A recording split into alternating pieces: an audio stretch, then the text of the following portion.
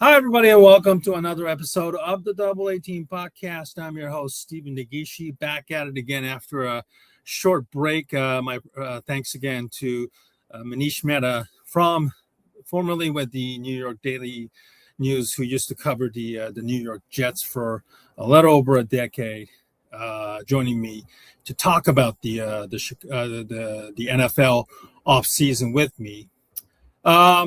Today, of course, is the start of the MLB season, opening day. Although the Giants and the Yankees got off with the Netflix game yesterday, and today obviously was more of a opening day feel. Uh, as you know, I'm a Cubs fan from Chicago, and the Cubs unfortunately blew a lead and lost 10-4 in a very cold, windy, miserable game, especially at this time. I'm not ready to throw the towel, but certainly not a good way to start. And as as I welcome somebody who have been on this show before to talk about the Cubs and all things Major League Baseball, it is my good friend from Chicago area, Alex Patt. And good evening, Alex, and thanks for joining me on this Thursday evening. Yeah, thanks for having me as always. Always good talking ball with you. Absolutely. Well, unfortunately, as I started off, the Cubs did not get off to a real good start, and this 2026 baseball season, they lost 10-4. Gray skies. They were talking about it was going to rain at some point, and the game was going to be postponed for just maybe 10 minutes at most. It never happened. It was blur. It was windy. Um, the Cubs ended up losing 10-4. Matthew Boyd looked good out of the gate, and then he collapsed in the fourth inning. Never made it out there, with just basically 3 2/3, I believe, giving up 5 runs or 7 runs, whatever the final tally was on his own. Your thoughts on today's game? I'm not ready to throw in the towel. I know a lot of people are pissed, and jokingly said DFA this guy and that guy and all that kind of crazy stuff. But what was your thoughts on today's game? And did it kind of give you any pauses about the 2026 season? Yeah, I mean, it's game one of 162. So obviously, opening day isn't the make or break of a season, especially when it's such a long way to go. And I mean, you look around the league. I mean, we saw Webb get blasted. We saw Paul Skeens get blasted. Nick Pivetta in San Diego gave up 4 runs in the first inning. I was watching this game on one of the monitors at work, and, I was looking back and forth throughout. And I mean, my main observation from today was, you mentioned Matthew Boyd, the first few innings, he was getting a lot of whiffs. I think over 50% of his pitches, he was getting whiffs on, and he was just pounding the strikes. So I'm like, man, he looks sharp.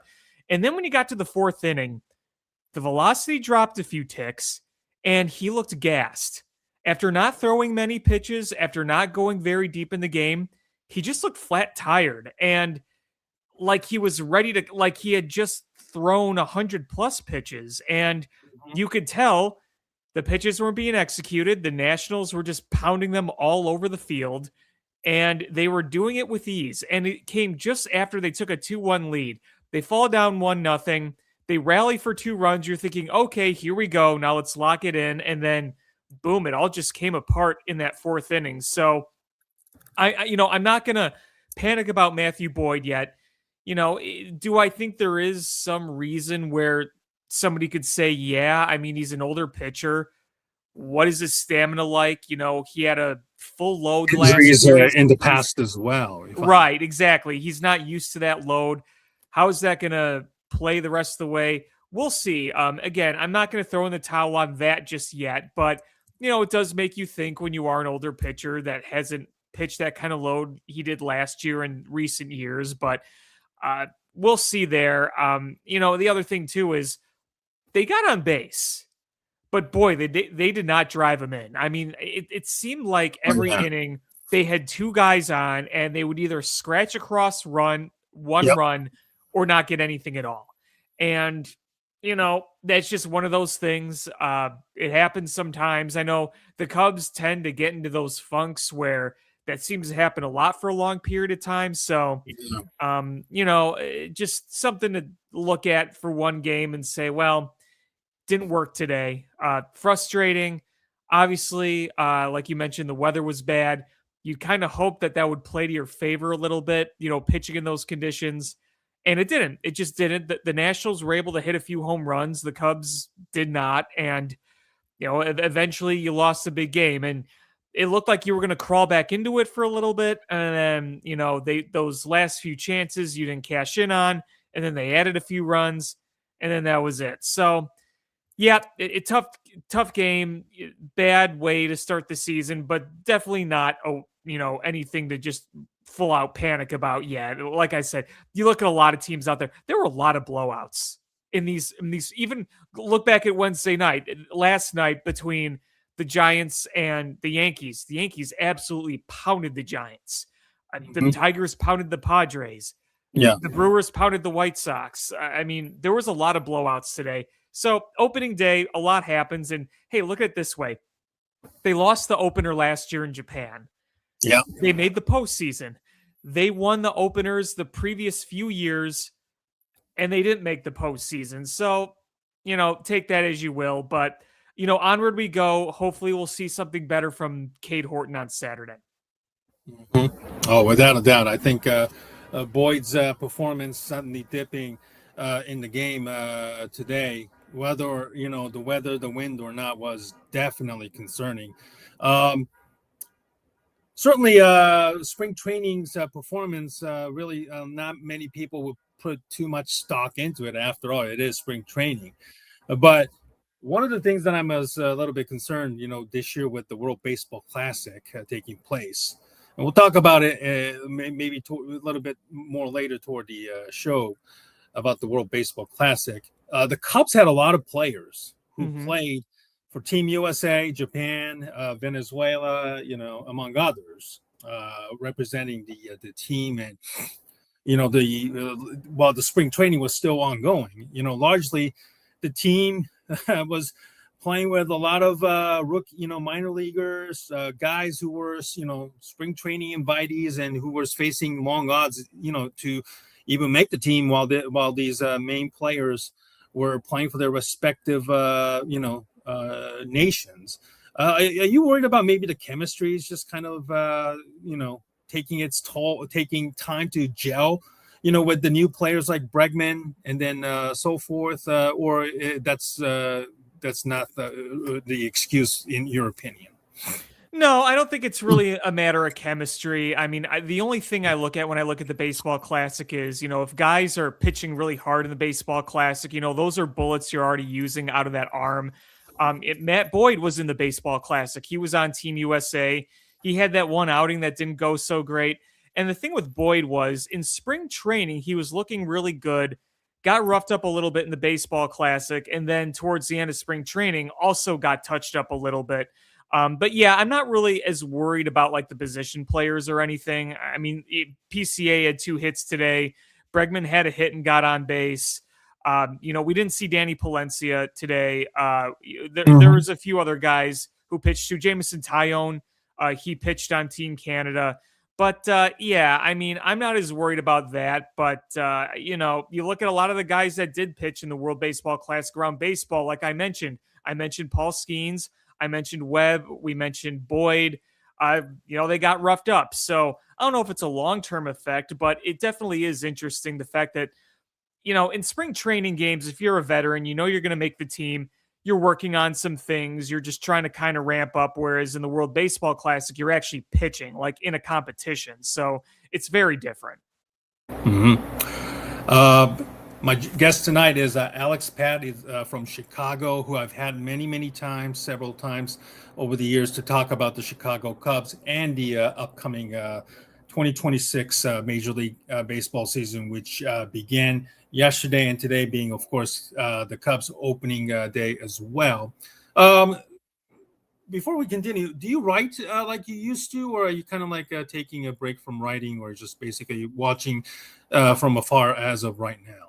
So right now I am writing for ShyCitySports.com. I do a lot of Ah, Cubs and a little bit of Blackhawks for them. So I had written for Fansided for 8 great years. It was awesome, and now I'm with Shy City Sports. So I'll always be thankful for Fansided. I was really, really good. It was a really good experience, and I'll never forget it. It really helped build my writing skills, and eventually, you move on and you go to other platforms, and I'm happy to be with Shy City Sports now. So, mhm. yep, I'll always be thankful for Fansided though. So those articles are all archived, so you could go back and read them. I still currently write for Fansided as well with the Bear Goggles, which is dedicated toward the Bears. And Yep. I see your website on Shy City Sports, and if you're interested in writing sports, and if you have some experience and want to get it started, go to their website. There's a link for one right for Shy City Sports at the top right corner if you want to get into it. And I probably will more than likely do that as well if it's possible, or maybe Alex. Shameless plug, if you don't mind me putting into people over there Yeah. do let me know how I can get in touch with people over there. Of course, this is after the show is over, certainly. All right, No let's get back problem. to the Cubs. Thank you so much. Getting back to the Cubs conversations, um, which Cubs players are on the spot this year? The hitter, the pitcher. One guy I think right now who is kind of on the spot is Matt Shaw. Hmm. Certainly being the so-called super utility guy, having to play right field today for Seiya Suzuki, who unfortunately got hurt in the freakish stolen base incident in the World Baseball Classic quarterfinals against Venezuela. Um, he made some, I believe it was early in the game. He made some strong catch while the wind was blowing, but the rest of the time, I think the ball unfortunately just carried too much with the wind, and he's certainly not exactly the nimble guy out there in the outfield. He's still learning to play more so. The Cubs made a huge addition with Alex Bregman, so that pushed him out of the third base spot as we speak right now. Is he the number one guy who's on the spot this year, or is there anybody else you would like to put, whether it's a hitter or a pitcher at this moment? Yeah, I mean, Matt Shaw was going to be my first thought when you asked that question. I mean, you're going to see him play right. You're going to see him serve as kind of that super utility guy. He might some days maybe he plays some third while Bregman DHs or get a days off, or maybe if Nico needs a day off, he plays at second. But obviously with playing in right field is a really, really, really hard position, especially at Wrigley between the brick wall, the wind patterns, the position of the sun. It's one of the hardest outfields to play, especially in right field. So you can Mm-hmm. definitely tell today he's still very new. He doesn't really look natural out there. He made a really acrobatic catch early, but an experienced outfielder wouldn't have had to make that acrobatic catch because he would have read the ball easier. So it is going to be a learning experience with him. And you mentioned Sei Suzuki being down, so I think that you're going to see him in a number of matchups. I wasn't sure if today they were going to go with him or Michael Conforto, considering the starting pitcher was a righty. They ended up going with Shaw. You might see some really tough righties facing the Cubs where you do go with Carlson or Michael Conforto. But especially if there's a lefty on the mound opposing, then you're probably playing Matt Shaw out there. And then you figure things out when Suzuki gets back. But I think you need to see what he can do with the bat, because we saw the progress towards the end of last year of him starting to, hit the ball better, hit it more consistently, have better at bats.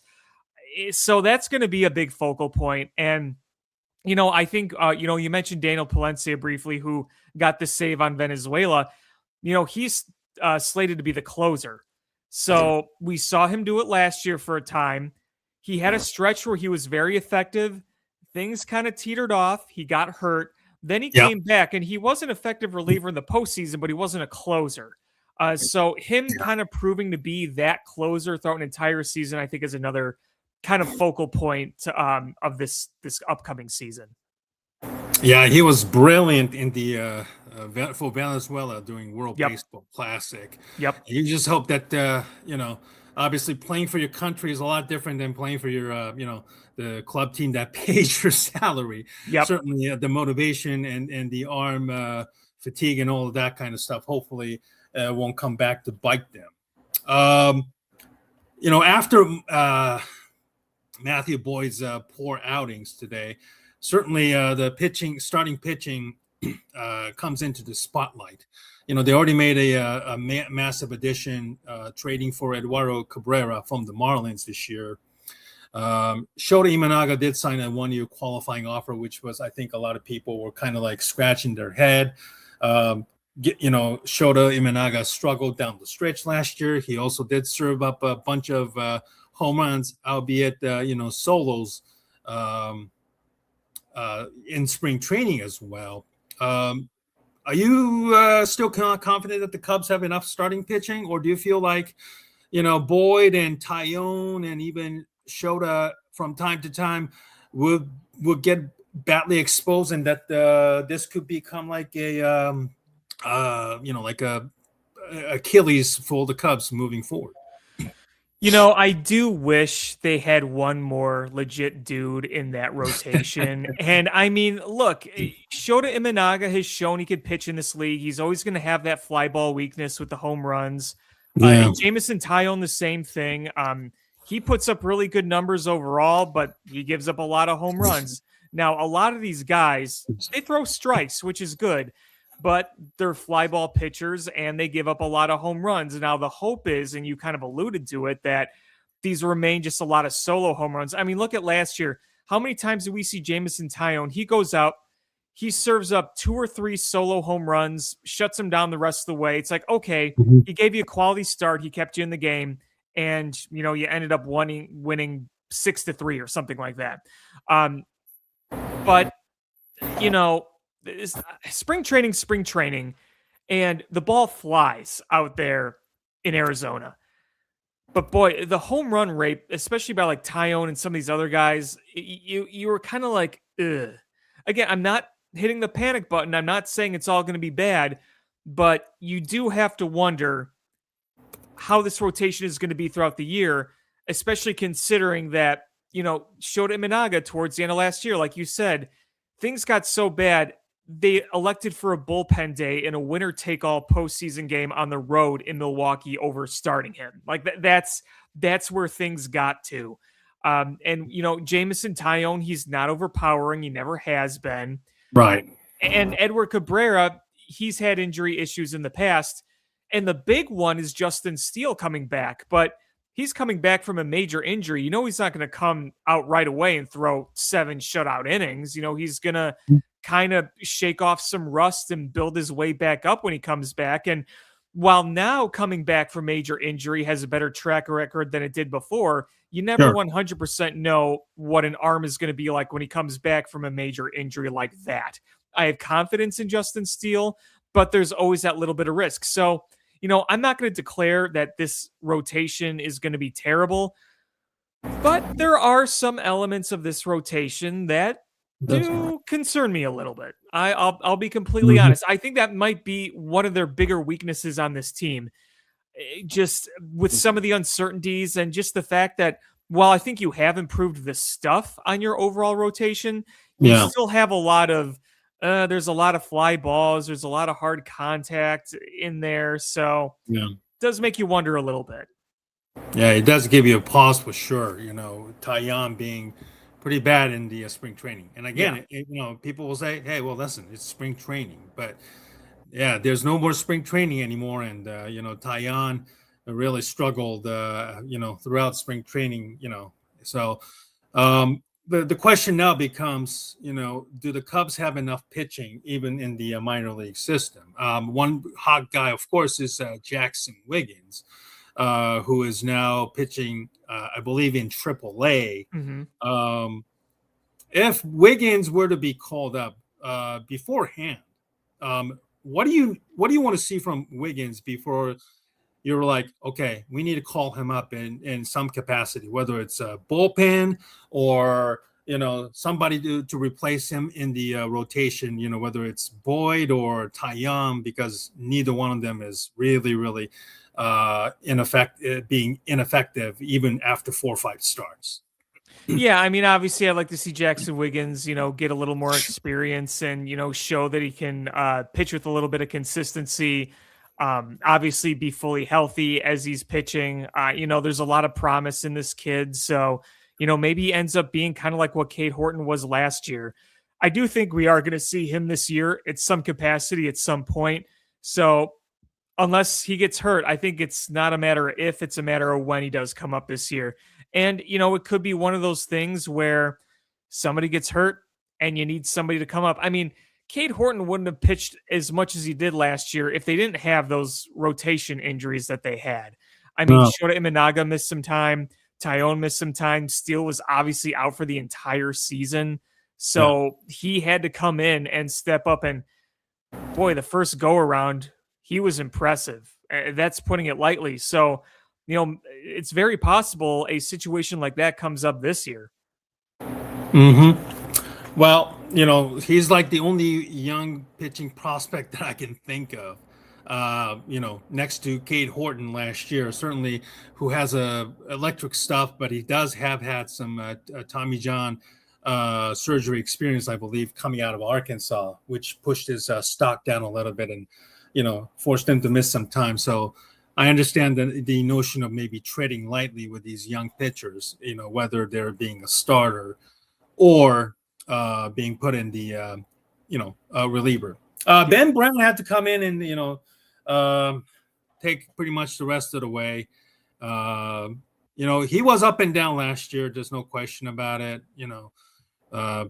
He did work on his adding another arsenal this offseason, and he did look at times, and people were very, very optimistic about it. And unfortunately, he had to come in and serve up a 2-run home run out of the gate. Certainly fell behind the count early on, but managed to do decent. In spite of all the troubles that the Cubs had to deal with. What did you see out of Ben Brown today? And do you feel like Brown has the staying power in the Cubs bullpen moving forward, whatever his role is? Yeah, I mean, it was kind of the epitome of Ben Brown. You saw some good, you saw some bad. It's like it was all summed up. You're like, oh, hey, there's a really nice strikeout with some good stuff. Oh, hey, there's another bomb he served up. Oh, there's a wild pitch. I mean, you saw a little bit of everything where you were just like, yep, those are the ups and downs of Ben Brown. And I've really tried to believe in him as a reliever. I know it's hard sometimes, like when you see him give up a home run and then you see the wild pitch today. But hey, he did at least eat a few innings. I mean, I was one thinking, like, let him pitch as much as he can. Let him try to eat some of these innings. Because when you pull your starter, not even 4 full innings in, it's like that's a lot of innings you got to chew up on opening day. And sure, you got an off day tomorrow and the arms are fresh, but it's still not ideal. So, I was glad he was able to do that. But that's a guy, in addition to your last question about like who needs to put up or shut up, basically, it's him, because the leash is pretty much over. If he doesn't put up, he's gone. It's simple as that. Absolutely. Certainly he did do some very good stuff out of the difficult situation he had to come in. But even with adding another pitch to improve his repertoire, command has been a bit of an issue in the past with him. So very interesting to see how he's being utilized and how often he can pitch after going through what I consider almost 4 innings today, basically just, Craig Counsell saying, yeah, I'm going to let you eat this one, unfortunately, because of the way the game was going tonight. So outside of Ben Brown, how confident are you with the bullpen, obviously, with the different pitchers being added this offseason, namely Hobie Milner, and who did pitch today, and the others that was added? What do you think about the overall makeup of the bullpen? Yeah, bullpens are interesting because a lot of these relievers are just so volatile. You get a really good year one year, then the next year you're not as good. I mean, you look at what the bullpen was last year. Who would have thought that your most reliable reliever would be Brad Keller? or Yeah. Drew Pomeranz. When you brought in Ryan Presley to be the closer, when you brought in Eli Morgan to be a late inning guy, they were non-factors. And yet here's Brad Keller, who you brought in on a minor league deal. So it is hard to know. I mean, on paper, you see where the value is. Like Phil Maton, curveball specialist, gets swings and misses without having an overpowering fastball. Yeah. Obviously we talked about Palencia. Hobby Milner, he's been around a bit. He's pitched in Milwaukee before. Nice, funky type of delivery. You brought Caleb Thielbar back, and hopefully he can replicate what he did last year. I hope Ben Brown can really find something to just have another fireballer there. The one guy I'm really hoping works out, because I wanted him before the Cubs signed him, was Hunter Harvey. Now that's a guy who's had injuries before. He's a guy who has great stuff, and when he's healthy, he could be really, really good. Like he's got a good fastball break. He's like, he can really pitch. You need him to be healthy and you need him to be consistent. So we'll see. I can't 100% say because of the volatility of bullpen arms, but on paper, I think it's solid. It's not like some other bullpens out there where you're like, wow, look at the Padres bullpen with Mason Miller. Look at some of these other bullpens. But, I'm hoping, hey, you have it be effective for as long as you can, and then you add on. I mean, that's how every season works. No bullpen starts and ends the same way. If you're a contender, you buy, you add on, you get rid of who doesn't work, you keep who does work. And if you're a seller, you say, hey, these bullpen guys are really, really good. They got value. Let's sell them at the deadline while they have value. So really time will tell. But, I'm hoping that this really does prove to be an effective bullpen, because we had a really good one last year. Absolutely. Do you feel like Jed Hoyer, the team president of baseball operations? Do you think like he's kind of coming around with the idea of maybe either trading for a guy who can throw high 90s, maybe not necessarily hundreds, but to add more of those type of guys, whether as a starting pitcher or in the bullpen arm moving forward, with the guys like Jackson Wiggins already on the roster? I do want to see Cubs maybe not necessarily get a guy who can hit triple digits all the time like Palencia can, but guys in the high 90s who can definitely punch out, rather than relying on a fly ball or a ground ball, even though the Cubs defense is very much stellar. Yeah, no, I mean, I've been asking for years for the Cubs to add more velocity on their pitching staff, and you do have some now. I mentioned Hunter Harvey. We have Kate Horton now, Jackson Wiggins in the wings. It's one of the reasons why they added Edward Cabrera, who has that type of stuff. I mean, Edward Cabrera could throw a changeup in the 90s, which is pretty impressive. So I think they realized, especially last year, watching the Brewers, it's like, hey, that is a team that just has endless high octane guys. We need to have guys like that on our staff. So yeah, I mean, I think that they are realizing that is of importance, and they have been working on that. So it's higher than where it was before. Of course, the big news, the Cubs, in spite of losing tonight, was the Nico Hoerner extension shortly after the game was already over. 6 years and $100 million. And then 2 nights ago, PCA Peter Carl Armstrong also signed a same length of an extension, 6 years, with a slightly little more money, $115 million. As a Cubs fan, it's kind of quite funny that Tom Ricketts, after years and years of basically acting like a small market team, now all of a sudden, if you also throw in Alex Bregman signing for $175 million in late December, I believe, the Cubs have really, really starting to spend money, maybe not to the level of where, signing Juan Soto or Shohei Ohtani. And I don't know how many players certainly really, really deserve that type of money in today's Major League Baseball. Again, outside of those two guys, Soto and, of course, Shohei Ohtani. What does the PCA and Nico Hoerner extension mean from Tom Ricketts' perspective? Because I find it a little, weird that all of a sudden he is spending money knowing that the after this season, there's going to be a prolonged lockout over salary caps or a floor or whatever. What does this extension mean from your perspective? Well, I mean, one thing to keep in mind is as we go forward, and there's a lot of uncertainty with the CBA next year. As Yeah. we go forward, there can be a number of differences on the way baseball works. And Mhm. whether it's more beneficial for the players, the owners, whatever, I think it's kind of nice if you're a player, from my perspective. And again, my perspective and their perspective could be completely different.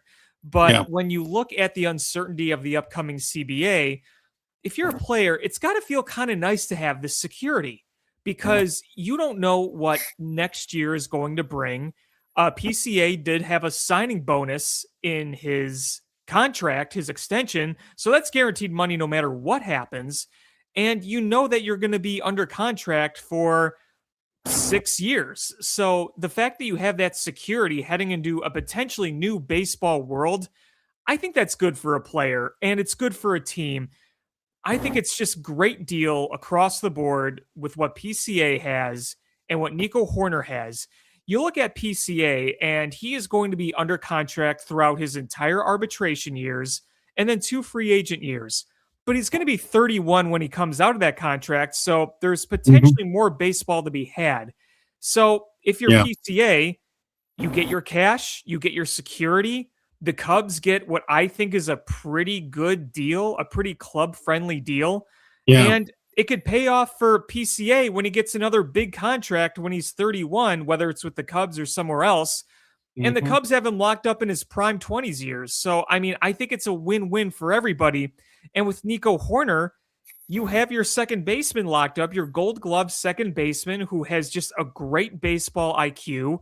You have that locked up for 6 years now. So you don't have to worry about replacing a pretty important spot on that roster going forward. I mean, your center fielder, your second baseman, both gold glove, platinum glove caliber, now Yeah. under contract. And it's kind of funny because they kind of contrast as hitters. You have one guy that swings for power and doesn't have much discipline, doesn't really get on base. You have another guy who doesn't hit for power and is really keen on making contact, Yeah. but he doesn't walk a lot, but he hits for a higher average. So I think that the Cubs are recognizing the fact that they can spend money as a big market team, and they Sure. realize that keeping these guys around for the long run is going to Yeah. potentially help them, stay alive in this thing, that they don't have to turn over a lot of things going forward. Hmm. Yeah, PCA fizzled down the stretch after the All-Star break pretty badly. So let's hope that he learned from that experience, and now that the contract is taken care of, he can play really, really well, and maybe force the Cubs to tear down the 6-year contract and maybe sign another extension or something like that. A little bit longer or even more money. Down the stretch as well. And I do like Nico Horner's extension. He's the kind of a glue guy, great hitter, contact hitter, somebody who, is a glue the team, plays awesome defense. Those are the types of players you sometimes really, really need, especially from a leadership perspective. Yep. Let's see. With the extension of Horner, I was on CHGO's Cubs postgame show talking about, the future of Jefferson Rojas, who had a great spring while a lot of the Cubs players were gone playing for the World Baseball Classic. Certainly, I think his best position, or at least the position he has a lot of experience, is playing second base. Mm-hmm. And he's going to start off at AAA Iowa. He's only about 20 years old right now, or just turned 20 Yep. late last year. What do you make of the impact of Horner's extension in the future of Rojas? Do you feel like he still has a role with the Cubs in a different position whenever Dansby's contract expires, or do you feel like he is going to be a trade bait if the Cubs are in the race and they need starting pitching desperately? Yeah, I mean, I think trade bait is definitely on the table, especially because you have third base locked up. You have Dansby Swanson for a few more years. You're going to have Nico Horner for a few more years. And then, you look at your outfield and you might have to replace some guys there, but you mentioned before Jefferson Rojas primarily on the infield. Maybe he evolves to be an outfielder, going forward, and maybe that Yeah, is more of an emphasis. I mean, you look at baseball now, and guys are always moving around. You draft a lot of shortstops because they're sure. athletic and they're uh, versatile. So, I think that's a possibility too. You're at a point now where you're trying to win it all. So any trade bait is on the table, including a guy like him. I will also add that the Cubs also have another hotshot hitting prospect, Pedro Ramirez, who was actually assigned to Iowa earlier tonight from Tennessee. So they're probably fast tracking him to be another trade bait for him, perhaps over Rojas, because Ramirez is a third baseman that's going to be blocked by Alex Bregman for 5 years or so, Right. moving forward. Speaking of signing, of course, the Cubs have a decision to make this offseason with the two outfielders in Ian Happ, a Gold Glove winner, four-time Gold Glove winner, I believe, and Seiya Suzuki, who currently is on a short-term IR after suffering that freakish injury while stealing base for Team Japan in the World Baseball Classic quarterfinals. Happ got off to a real rough start, striking out 3 times. Like all 3 of them were just basically 3-pitch strikeouts. Yeah. Caught looking, whiffing on a 0-2 counts on 2 other occasions, of course. Suzuki, of course, got off to a real hot start, went to the All-Star game, and then fizzled badly down the stretch. He's also had some injuries to bugaboos to deal with his entire tenure with the Cubs, of course. Yep. If you had to pick one, who do you sign, Happ or Suzuki? I like Ian Happ a lot more than a lot of other people do, honestly. Mm-hmm.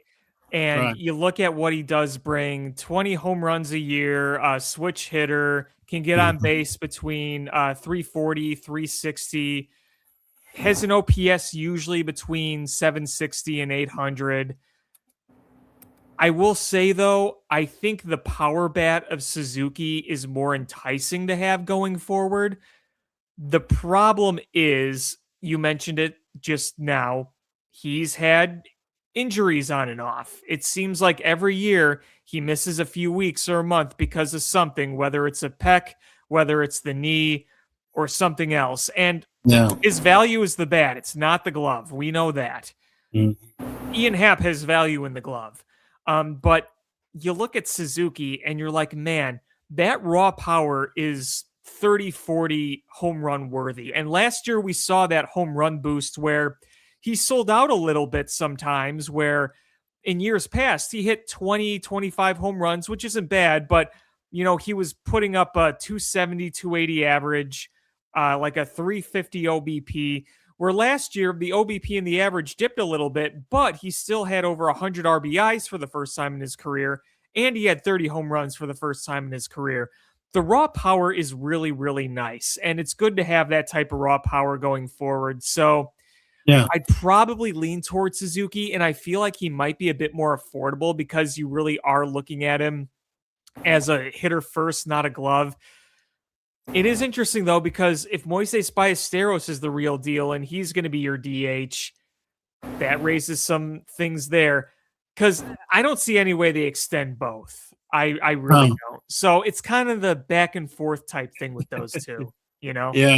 The spending spree the last actually the last 2 days shouldn't be equating to something all of a sudden the Cubs are ready to spend like crazy and all of that, and they have to make a decision one way or the other on the one of the two. Although I would add that Suzuki would be one of the reasons to keep, because you want the Japanese audiences and the fans to keep, as a key player in the Japanese market, to kind of be that team who can put up with the Dodgers, who've cornered the almost the entire Asian market, obviously. Yeah, no kidding. I mean, we saw how popular Seiya Suzuki was during the World Baseball Classic. It's very obvious that the millions of Japanese baseball fans still love Seiya Suzuki. So Absolutely. he's a very important player to that country and to this Sure. team, and Yeah. it's hard not to love him. That's for sure.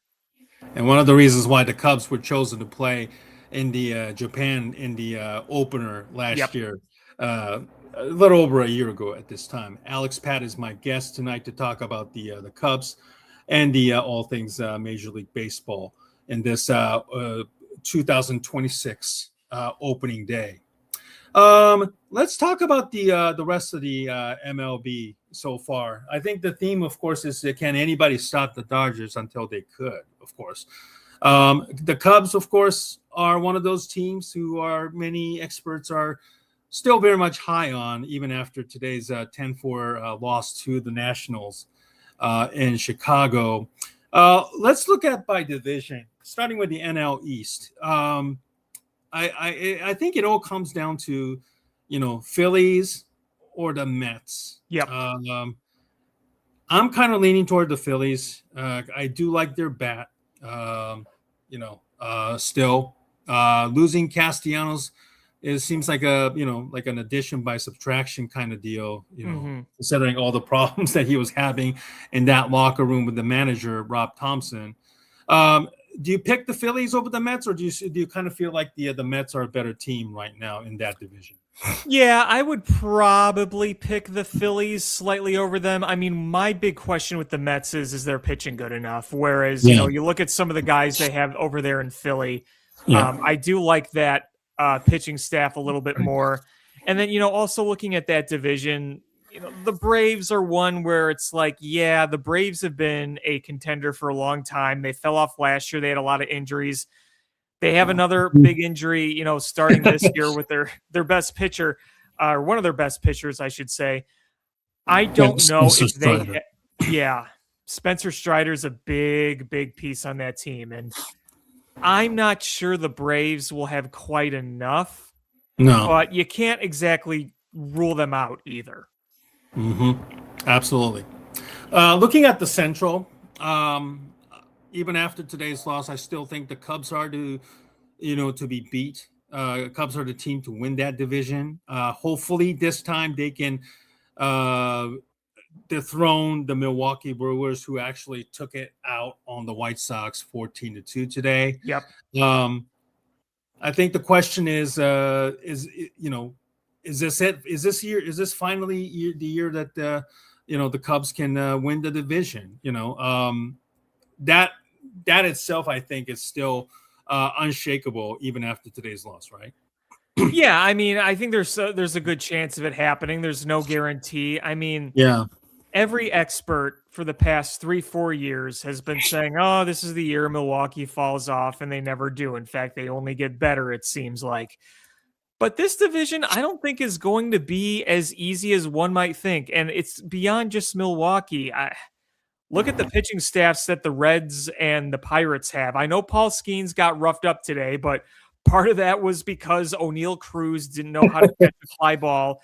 And then, the Reds pitched well, but they didn't hit. They were facing Garrett Crochet of the Boston Red Sox, and Garrett Crochet just completely mowed him down. But you look at the starting staff on the Reds, Hunter Green's out right now, but you also have Chase Burns, who's got a lot of potential. We saw today Andrew Abbott pitch, who's been very, very good.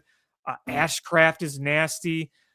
There's a lot of promising arms on there. Then obviously, I think Skeens will rebound just fine. Bubba Chandler, Mitch Keller. There's some talent on those other teams. The one thing that gives you hope above those teams is, the Pirates may have a good season every now and then, but we know they won't spend the money or the assets to try to really improve it. Yeah, that's true. And then over on the NL West, of course, it's the Dodgers and, Padres, Giants, and then everybody else right now. Many experts believe that the Dodgers are like the only team out of all baseball to win 100 more games or so, 100 plus, I should say. Is that how you see it with the Dodgers, or do you feel like this year it's going to be a little more closer than the other years compared to? The way I see the Dodgers is the way I've saw the Chiefs the past few years. They're just going to do what they need to do to get by in the regular season. And, even if Hmm. that's just winning 94, 95 games, that's not because they're not good enough to win 100. They're just like, yeah, we'll just take care of business as best we can. And then we're going to turn on the Jets full throttle in the postseason. They're that, Hmm. they're that good at this point where they can kind of coast a little bit. And then once they get into the playoffs, then boom, they go full force. Hmm. Is Dodgers still kind of like the NL pennant pick right now at this point? Until they prove otherwise, it's got to be. I mean, it's not a Yeah. 100% guarantee. I mean, we see how close these games are in the postseason. One bounce, one good or bad outing by a starter reliever, one clutch hit can completely change a short Hmm. series. So there's always that baseball variance element of it, whether Sure. it's good or bad for you. The Dodgers were nanometers away from losing the World Series in Game 7 twice last year, whether it was that play Yeah, at the yeah, plate yeah. or was it Kike Hernandez that made that catch I in left believe so. And field? then the one that got stuck in Yes. the fence at the very bottom had to, it Think was if about it that. wasn't for the heads up play by Jamil Dean, I think it would have Yeah, been over, of course. absolutely. I mean, that goes to show how quickly the vibes can change of a game and how close it can be. So Hmm. you never know. Is Otani the MVP pick right now? In the National League, Yes. probably. Okay. Yep. I Same. think he would have to be the favorite, but Hmm. Juan Soto is going to be in that conversation. Yep. I mean, I think that you can look at Schwarber too, maybe if he hits. sure, maybe Schwarber, maybe one of his Dodger teammates. If Mookie Betts has a really good year, there's always a Hmm. possibility there. But yeah, I feel like for NL, Otani is probably the favorite at this point, especially if he's Yeah. pitching really well too. I mean, if he's the Swiss Army knife that can hit and pitch, hard to argue against that. Hmm. He certainly won't win the Cy Young though, right? You never know. You never know. He Right, could. right. You never know. But right now, my pick would be even with the bad outing again, largely due to O'Neill Cruz's terrible defense. I still put Skeens until otherwise, in my Yeah, opinion. that's not a bad guess. Yeah, I Yep. think he'll rebound just fine. Hmm. Over to the American League, AL East. Boy, do you like Toronto? Do you feel like that was one of those flash in the pan moments for the Blue Jays last year? Well, they made a lot of additions this offseason. So, Right. Dylan Cease among others. I know they lost Bo Bichette, but, they've made a lot of additions there. I think it's going to come down between the Blue Jays and the Yankees. I think Boston will hang around. They might be a wild card spot. I'm just not sure they're going to win the division. Hmm. Maybe Baltimore bounces back a little bit and makes things interesting too. I'm not picking them to win the division, but, Right. maybe they're in a postseason mix. I mean, the Rays are the only team, and the Rays usually find a way to do a lot with less. Yep. But they're just you compare their talent to what New York and Toronto has. It's kind of like, yeah, I mean they're clearly more Oh talented yeah, than yeah. the Rays. Although I will take Junior Caminero over anybody. He's good. He is very good. He's So very good. absolutely. AL Central. Boy, I just hope that with Tarek Skubal's free agency this year, with an impressive win over the Padres today, you just hope that the Tigers finally get their act together, before Skubal ended up leaving. Is that how you see the division? Do you feel Kansas City or Cleveland can one up on the Tigers again? I mean, I think the Tigers are the favorite. Kansas City, people are higher on them. I mean, Bobby Witt's amazing. He is one of Hmm. the most talented guys we've seen this generation. I don't Absolutely. know if they have enough to win though, but it's not like it's a powerhouse division either. So No, there is not an at all. opportunity. I mean, look what Cleveland does every year. You Yep. look at that roster and you're like, how the hell did that team win the division last year? Like it was insane. I mean, I remember when they came to Wrigley Field over 4th of July or right before 4th of July when the Cardinals came. It was like the first, second, third of July. The Yeah, Cleveland was I here, remember that game. Yeah. and the Cubs swept them. And you looked up and down that lineup, and you're like, this lineup's outside of Jose Ramirez. This lineup is terrible. Right. And next thing you know, they win the division. They get red did. hot. They win. They are like the Brewers of the AL. They just find ways to win without the fanciest rosters. Do it more with less. Yeah. Absolutely. Exactly. Now, obviously, when they faced the Cubs in the 16 World Series, that was a very talented roster. You had a young Francisco Lindor. You had a young Jose Ramirez. You had Corey Kluber. You had Andrew Miller. So you had a really talented roster there where now, obviously they still have Jose Ramirez, who's really, really good, but the way they churn out pitching is always very impressive. And they seem to just kind of do things timely. They come up with the timely hit. They might not be the murderer's row that they were in the 90s when they had Jim Thome and Manny Ramirez. Didn't they have Albert Bell? Yeah. I mean, those lineups were unbelievably stacked, and you had Kenny Lofton leaving off. Those lineups aren't like the ones now, but they found ways to win. Absolutely. Quickly on the White Sox. What are your predictions? 72-90 seems attainable, even with a blowout loss today? Yeah, I think the Sox are going to take a step forward. They have a lot of young talent, and that's both on the pitching side and on the offensive side. I think that their bullpen is a lot better. I think that there's some intriguing young bats like Kyle Teal when he comes back. He's hurt right now. He got hurt in the WBC. Edgar Caro. We'll see how Colson Montgomery does. He came up last year and hit an insane number of home runs at a crazy pace. And there's going to be bumps and bruises when you're a young team trying to grow, but that's just part of the process. And you grow, you learn, you get that experience from the goods and the bads. And but I think they're going to be a more competitive team than they've been. I mean, it's hard not to be more competitive than you have been over the past few years. But I think especially when some more of those pitching prospects come up, you're going to see a more competitive team. So I think 70+ wins is attainable for the White Sox, especially in a division that isn't a powerhouse division like the AL East or the NL West. And then AL West, this has to be the year Seattle finally dethroned, I believe, Houston for the AL West supremacy. I'm very curious how, whatever the A's are called nowadays, they have a very good young talent that are, they have on their lineup with Soderstrom, Nick Kurtz, and Jacob Wilson, among others there. But I still see this has to be the year Seattle finally get over the hump, right?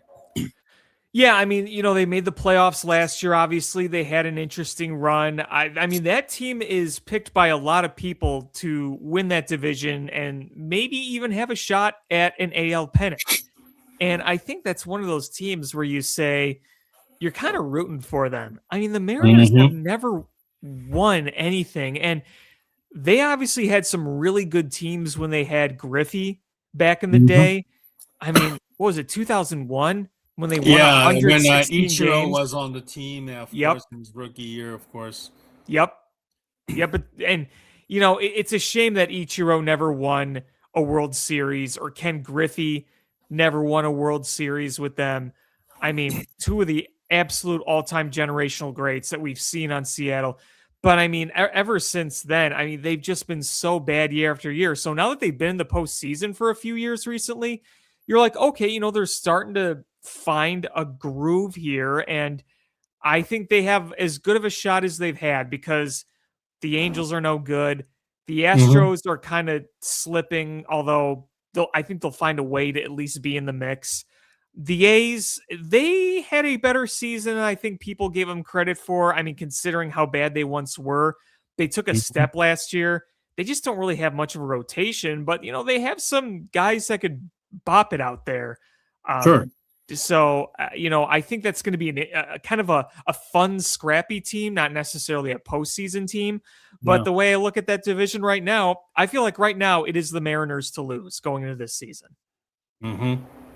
AL pennant. I'm gonna pick the Tigers. I think this is a year that they finally put it together. Again, Scooble final season. He certainly is motivated. I would still probably put him very high on the AL Cy Young Award. For this upcoming year as well. Is that how you see it, or do you feel like Toronto Yankees or somebody else? Yeah, I mean, I think Detroit's got a chance right now. My pick, I might pick New York. Okay. I don't know why. I mean, there's reason to pick New York. They have a ton of talent. They have holes too, but Yeah. yeah. I mean, if Aaron Judge heats up like he should, and you look at the other talent on that team, I think they have a really good shot to win the pennant. Mm-hmm. AL MVP. Who's your pick right now? Well, it's Aaron Judge's to lose. Okay. I'm not sure Cal Raleigh is going to have quite the home run season he had last year. I mean, I still expect Mm-hmm. him to hit a ton of home runs, be an Right. all-star, be in the mix for that MVP race. But yeah, I feel, it feels redundant, but Aaron Judge has won all these MVPs. It's like until he doesn't, it's kind of hard to bet against him. There could be some dark horses out there too, obviously. Vladdy Jr. Roman is always a Anthony would be possibility. my Roman dark Anthony, horse. yep. Mm-hmm. Yeah, Roman Anthony's a guy to watch, definitely. Him, Vladimir Guerrero Jr., obviously, is another one to keep your eye on. Mm-hmm. I think that right now I will, though, stick either Aaron Judge. Heck, Tariq Skubal is a candidate to win MVP. Yeah. I mean, Mm-hmm. remember when Justin Verlander when he was with the Tigers when he was in that mix every year to win both Cy Young and MVP? Right. And Tariq Skubal is of that caliber, so I think he's a candidate that you watch out for MVP and Cy Young. Okay. So my AL MVP right now, I would pick if Vlad Guerrero can carry the Blue Jays again, just like he did with Dominican and then Team Dominican Republic, and certainly he was a hero in an instrumental last year's AL pennant run. Vlad would be a good top choice. Judge and Cal Raleigh, if he can help Mariners finally win the AL Central and also make a deep run in the playoffs. AL Cy Young, your pick right now is Skubal as of right now. Yeah, I think Skubal is. I mean, if he's going to be playing for a contract, he's going to want to go and pitch the very best ball he's ever pitched. He's already pitched unbelievable ball, but with this contract year, he's going to want to get that bag. Dodgers, Yankees, your pick for the World Series right now. I think that's a solid pick. Yeah, I mean, and the Dodgers winning. Probably. Yeah. Probably. Again, it's just one of those things where when you've won 2 World Series in a row, until you haven't, it's like how I looked at the Chiefs a few years ago. It's until they don't do it, it's hard to pick against them. Right. But that does not mean that they're going to do it. There's, like I said, it's baseball. There's a lot of possibilities in a short series. I mean, look at last year, the wild card series. The Cubs are a few bounces away from losing that series to the Padres. Could have been completely different. That's true. That's true.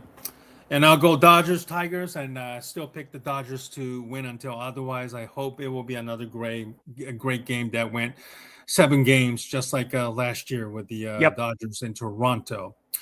Quickly, your thoughts on the World Baseball Classic, and do you think it should stay the same as it is in spring, or do you feel like there is a possibility it can move in the midsummer, like there have been some discussions? Yeah, I mean, I think spring is probably the most optimal time to keep the World Baseball Classic. I mean, in the middle of the year, I think that would be kind of tough. I mean, I see why people would suggest that, because the Hockey Olympics are in the middle of the NHL season, and that's been a Mm-hmm. thing for a long time. I mean, obviously, we just saw Team USA win it. We've seen all these Canadian teams win it over the years, and a lot of the best NHLers are on both of those teams, whether it's Canada, US, or another country like some of the European countries. So they do that. They're used to that. I mean, with baseball, it's such a long season. It's 162 games, and factoring in the fact that you now play into November with the World Series, how's that going to work out? I mean, are you going to have a few week break in the middle of the season and start the season in mid-March and then maybe go into a few weeks in November? I just don't know if that's going to logistically work out. So I'm I guess for me, sticking in spring would make the most sense. Yep. There's pros and cons to both, obviously, but I Sure. think that's where I am on that. Quickly, the lockout. Certainly, Cubs signing PCA and Nico Horner in within a 48-hour span kind of raises questions that maybe the Cubs are kind of Tom Ricketts is preparing for a lockout and decided to take care of the business before anything happens. Do you buy that notion? And do you feel like this is a year you might as well enjoy baseball because next year is going to be a real tough one? Yeah, I mean, I have my concerns about baseball next year. I do think that they will figure it out before they miss an entire season, because I just don't think anyone can afford to miss an entire baseball season. But I am not Mm-hmm. confident that they're going to play a full 162 game baseball season. I think there is going to be some ugliness to this likely incoming lockout, but I think they are going to play at some point next year. And I think that it is good from a Cubs perspective that they have several of their core guys locked down. You locked up PCA, you locked up Nico Horner, you're going to have Michael Busch under control. You're going to have a few more years of control with Justin Steele. You're going to have years of control with Matt Shaw. You are pretty set outside of those corner positions where Suzuki's contract is up and Ian Happ's contract is up. And then obviously some of the pitchers too, like Shota Imanaga is on the qualifying offer, and Jameson Tyone's deal is up. So, but you have so much of this locked up as it is. So that's a good thing to have before this upcoming CBA expiration. Mm-hmm. Absolutely. Do you think it will be the salary cap, or do you feel like the floor? Which one do you feel has a better chance of being accepted, or neither one is never going to be accepted at all? Well, here's the thing: is this lockout is going to be ugly for a number of reasons, and one of them is it's a battle of owners versus players, because there are going to be owners that want a salary cap. They don't want to see the Dodgers and the Mets spend unlimited cash, where the Dodgers and the Mets are going to want to spend all the cash that they want to. I think you absolutely need a salary floor in baseball. You can't have payrolls Right. like the A's have had. That just should not be acceptable. It's going to be really hard, in my opinion, to put in a salary cap. I'm not saying there shouldn't be one, but because there is so much parity in this league and there's such an imbalance. I mean, the story Moneyball is all about winning the unfair game, where there is so much separation between a payroll like the A's and a payroll like the Dodgers or the Yankees or the Mets or the Cubs or the Red Sox. So finding that middle ground, I think, is going to be pretty difficult. Not going to lie. So we'll see how this all plays out. But I do think there absolutely needs to be a salary floor in baseball.